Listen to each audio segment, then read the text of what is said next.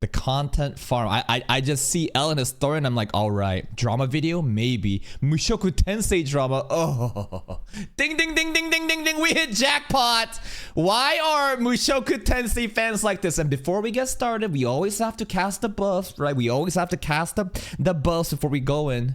I don't think Mushoku Tensei fandom whole entirely is weird.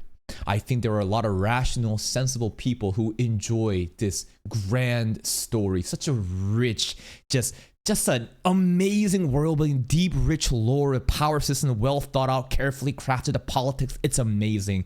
Yeah, the main character's a fucking diddler. Listen, that's the issue, right? And there's gonna be some people that feel like Mushoku Tensei is specifically pandering towards their degeneracy, and rather than learn the lesson of, I don't know, trying to be a fucking better person, they, I don't know, use it as a fucking flag to wave around, right? And I'm sure Ellen Historian is pointing out a specific type of retards to make a big deal out of it. But hey, remember, it's all for good fun. It's all for good content. Let's watch it. Everyone hates on Rudius, but we would do worse things than him? Who's we? Wait, what? But we would do worse. What is this account? Bro has Ayano Koji as a profile. Man, is it? Guys, would you want a power scaling retard son or a dark triad Machiavellian son? Which one do you want?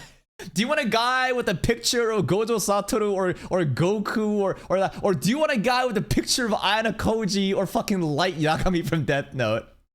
Because there's like stereotypes. There's stereotypes that's attached to it. I just see these profile pictures on social media, whether it be Twitter, whether it be, you know, TikTok and YouTube, and I noticed that these type of profile pictures really do just propagate these weird features, you know, like this, but why is he diddling? Why Ayano Koji fucking diddling? But we would do worse things than him? Who is we? And what is it with Mushoku Tensei fans and self-reporting? Seeing posts like this. What's with it? It's really simple. Again, I think that vast majority of people watch this and their reasonable first take is kind of weird main character, but the story is so amazing and we can separate fiction from reality and appreciate the show for what it is. That's how I approach it. There are some people that vehemently just reject Rudius with all their guts and won't even give the story a chance simply because of the main character. And I think that, was it probably Pretentious that made that video? He might have changed his opinions about it, but I remember watching a video essay about how he would never recommend this show ever, even though the story is good, because of the main character, right? Maybe again, I'm over assuming things. And then there's people on the entirely other side of the spectrum. Again, I see this shit. They are actually pre-isekai Rudy. They embody them. They're filthy degenerates. And rather than seeing this story as a second chance to actually try to be better, they just see it as an opportunity to just justify their degeneracy and say, hell yeah, we here to fucking diddle. And it's like, damn, like, what the fuck? You really exist, huh? And it makes sense because look at the fucking main character. And I'm not saying that like post Isekai Rudius is perpetuating these things, even though it seems like he does get away with a lot, right? Because obviously what? He's a handsome young twink rather than a fat, degenerate, obese motherfucker. And all his, you know, lustful desires are kind of overlooked. It is what it is, right? But then again, a lot of people, right, just see this and they're like, yes, this is us, bro. I am the diddler. And it's like, oh, what the fuck? Is very concerning, especially after that one Mushoku fan was caught last year who admitted the series inspired. The Gideon video, we covered this. We reacted to this. I remember. This dude was a diddler, you know, in an online group chat trying to meet up with a minor. Gideon was role-playing as the minor. They meet up in a park and Gideon confronts him. And I don't know why he stays there. He should have ran. Why are you talking to him? Like, this is the thing I don't understand. Why would he sit there and talk to him? Listen, if I was in this guilty position, wouldn't you have shame and embarrassment and fucking run away? Maybe he thought this is an opportunity for clout, Like, it blows my mind that, like, this has to be a paid actor. How do you fucking get a person to sit down after they got caught diddling and fucking get an interview? I would run. Maybe Gideon threatened him. That, like, if you run, this is basically an admission of guilt and we're gonna file charges. I don't fucking know, man. But this guy is the most stereotypical isekai loser, isn't it, huh? And listen, I love shitty ass isekais, right? But there is a stereotype, right, of he just looks like pretty isekai Rudy. What the fuck is that drip? What are those songs? What the fuck are those shorts? Fucking bro got a fucking gray hat, you know, fucking what's it called? Rudy's gray rat like tail, the glasses guy. You just look at him and it's the typical fucking otaku that lives in his mom's basement, does nothing but fucking goons on lolicon stuff. And so you wonder where the stereotypes comes from. It's based on reality. Like, this situation was crazy. Who admitted the series inspired some of the things he wanted to do. Now, I think it's he did say that. In that video, he talks about how Rudy's kind of cool. I forget exactly what he said, but I feel like he was talking about panties. Roxy Panty Shrine, maybe? I think it's like a funny thing in the anime for sure, but when you do it in real life, talking about, you know, like, wow, this guy's so fucking cool. He gets panties of his fucking teacher and sniffs it. I don't know exactly what he said, but I do remember him saying, confirming that, like, yeah, dub Rudy, let's go. Perfectly fine to enjoy Mushoku Tensei and even like Rudy as a fictional character, but that doesn't mean you need to defend all of his problematic actions. The thing about Mushoku Tensei, though, is that it often attracts people who relate to pre-incarnation Rudius. Yes, that's what I've been saying. Yo, preach, Ellen Historian. Also, look at the captions here, dude. It turns spooky. Look at the font. Tensei, though, is that it often attracts people who relate to pre-reincarnation Rudius, and that's because what the fuck? What happened? Why are we getting Halloween font? Tensei, though, is that it often attracts people who relate to pre-reincarnation Rudius, and that's because how the author wrote the story. You see, the world that Rudius is sent to never really challenges his sick interests. In fact, it reinforces them. Yes, again, right? There's like common video essays talking about how this is not a redemption story. This is not a story about him reflecting and learning from his lessons from Earth. I honestly do think that he does learn lessons, so there's a lot of growth, right? I always bring in this talking point of the Norn stuff relating back to how he was so depressed and people said, come on, bro, just stop being depressed, right? It doesn't work like that. What did he do? He was simply there. He understood the position of depression and how no matter how much words you just say to just get over it, it's not going to help. He was just there and left, and lent a shoulder to Norn and it worked out. That is growth. These are great things. But there's also a lot of, like, obviously degenerate, lustful desire stuff that he gets away with. A lot of the fan service stuff that I think is a lot more egregious to the watchers who condemn Rudy exactly for, again, the lustful desires, and a lot of the times it has to do with minors. Then people then argue and back and forth about how, well, even if he was a grown-ass man, he was stunted, emotionally, his mental IQ is that of a fucking child because of the bullying, and now he's in the body of a child and the hormones are changing his body, and even though this is a 40-plus-year-old man in the body of a teenager diddling with another teenager, it's not pedophilia. This argument, it has infinite amount of different takes and fucking mental gymnastics, and at the end of the day, you need to be able to separate fiction from reality and say it is what it is. That's the fucking story. And I think that the author's goal to actually develop and try to explore this flawed character and to show actual growth and a story that revolves even beyond Rudy, right? There's so much more to Mushoku Tensei than just Rudy. I think it's great. And honestly, this scene is one of the funniest talking points I love to bring up is the season 1 scene where Eris basically fucks Rudy and leaves, right? If you look at that scene, some people argue that Eris is the one that groomed Rudy. I don't know if groom is the right word. It's more like she forced herself upon him. She's stronger. She says, have my kittens, Nya, and Rudy was kind of hesitant, and Eris basically just dominated him and left. And then Rudy was like, what the fuck? You took my virginity and you just left, and now I got fucking erectile dysfunction. So, and then season 2 is literally erectile dysfunction arc of him realizing, damn, I got taken advantage of. Like, I finally got laid, but at what cost, right? The more I talk about it, the more I realize they really made an entire season about fucking erectile dysfunction, huh? Oh, one second.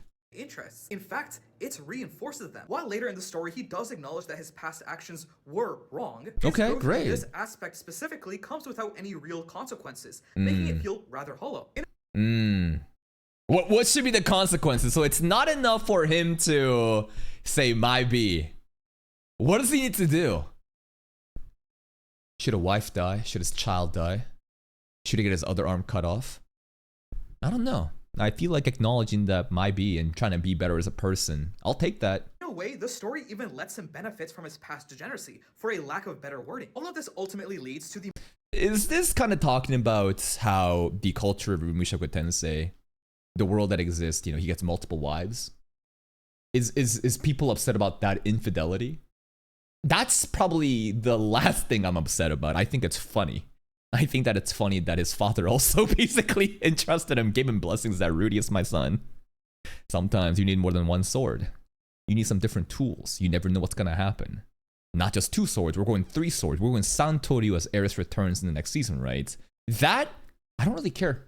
A lot of people feel different ways about what happened with Roxy and Sophie's stuff. To me, I thought it was comedy. I thought it was hilarious. Like, I didn't take it seriously at all. To me, I guess having multiple wives is, for lack of better words, just funny, comical, kind of shocking. Not really. Like, you knew it's gonna happen. But in terms of like degeneracy tier list, I think this is extremely low. I think that the thing that, again, that pisses a lot of people off is how Rudy is flirtatious with minors, even though he is a minor, but again, the mind of a fucking adult and all that stuff. I think that is what is really hard for people to accept in the beginning. story even lets him benefit from his... The cheating stuff? Yeah. And again, right? If there is a tier list, we're power scaling degeneracy right now. Having a harem, multiple wives, cheating on your wife, it's just so normalized, right? It just happens so often in the real world too that I'm just so desensitized by it. But when it comes to like pedophilia, pedophilic intent, it's such a much more volatile feeling that is, it just supersedes anything that, you know, having multiple wives or cheating on your wife would do. And then even then the cheating on the wife, what was it? How did they justify it again? I remember watching so many cut content to understand why did Roxy do it. And I think Annie News explained from the passage in the light novel, back then there's no psychologist, there's no therapy, there's nothing. And when someone is depressed, the cultural norm is fuck. So Erina Rize and the dwarf guy literally wanted to clap Rudy's cheeks, by the way. They suggested Roxy, go fuck him, make him feel better. Roxy obviously was really down for that. And she did it. Maybe, was she guilty? Did she know that he had a wife back then? Hold up, did she know? Wait a minute. I'm forgetting a lot of details. Did Roxy know that Rudy was a married man back then or not? Yes or no? I think this does matter. Roxy knew? Ooh. Ooh, Roxy, you demon. But then again, she is a demon, right? Lets him benefit from his past degeneracy, for a lack of better wording. All of this ultimately leads to the Mushoku Tensei fandom being filled with a ton of Rudy's apologists, and this post is a prime example of one. Yeah, it's, again, I think we are definitely cherry picking to make a big deal out of something small, because at the end of the day, yeah, there's 266 likes here. Yeah, there's 61 comments. I'm sure a lot of it's like, what the fuck is going on? You're gonna have scum no matter what part of the community you're in, no matter what fandom, you're gonna have degenerates, right? And you can always put a magnifying glass on them and say, see how bad it is. And I acknowledge that they exist everywhere, and of course this does exist too, and it doesn't mean that the entire fandom is bad. I think that it's funny though that this guy has a fucking Ayanokoji profile picture saying this shit. It's gotta be rage bait. I would hope that this is sarcastic rage bait and Ayanokoji is playing mental mind games on us right now. Ooh, and we're falling for the bait. Now, I can't wait to farm the comments section. Anytime I cover Mushoku Tensei, people get so fucking weird about it. And it's so interesting because I feel like the way that I present and talk about Mushoku Tensei is so positive. I think that I acknowledge the intentional fault that the author has presented in Rudy to actually write a story around him. And I portray Mushoku Tensei not as a Diddy show, but something great. But there's always people that don't even listen to what I say. They just made up their own conclusion and they're fucking victims, and they'll start fucking crashing out in the comment section and they clip me out of context. It's crazy because I'm literally the one person defending this fucking godforsaken show for you retards. But then again, you're a retard. What should I expect? Some comments? Who is we, bruh? Brother, who is we? They literally shot themselves with a nuke. This is why I prefer to relate to Dokja and Volume 6 Klein. I speak no French, so who the hell? Volume 6 Klein. No spoilers for Lord of the Mysteries, but Volume 6 Klein, what does Volume 6 Klein go fucking crazy? We is crazy. MT isn't a story of redemption like many fans assume. Again, I talk about this a lot, right? Which causes him to pretend like he isn't a bad person and that he's morally better than he was before reincarnation. The issue with Rudius is that he is like a middle-aged man that had interest with Aries and Sophie as kids, and even Roxy. For Roxy, it seems because she's already like 100 years old. For two others, it's just what the fuck. Yeah, that's it, right? And again, we can always go back to mental age gymnastic. Hormones are taking over, and therefore, you know, Rudy is actually not an adult anymore. He's a child. You can do so much fucking bullshit, but again, it's a fucking fictional work. And yeah, it's fictional pedophilia. It's weird. But again, you need to be able to separate the reality from fiction. If you can't do that, then you're going to be caught up in stupid ass fucking mental gymnastics and just argue forever and ever. Please check out link to the video. Ellen Astorian right there. Go give him a like. We haven't checked out his content in a while because, you know, it's the off season right now for Lord of the Mysteries. But still, go check him out. See you next time.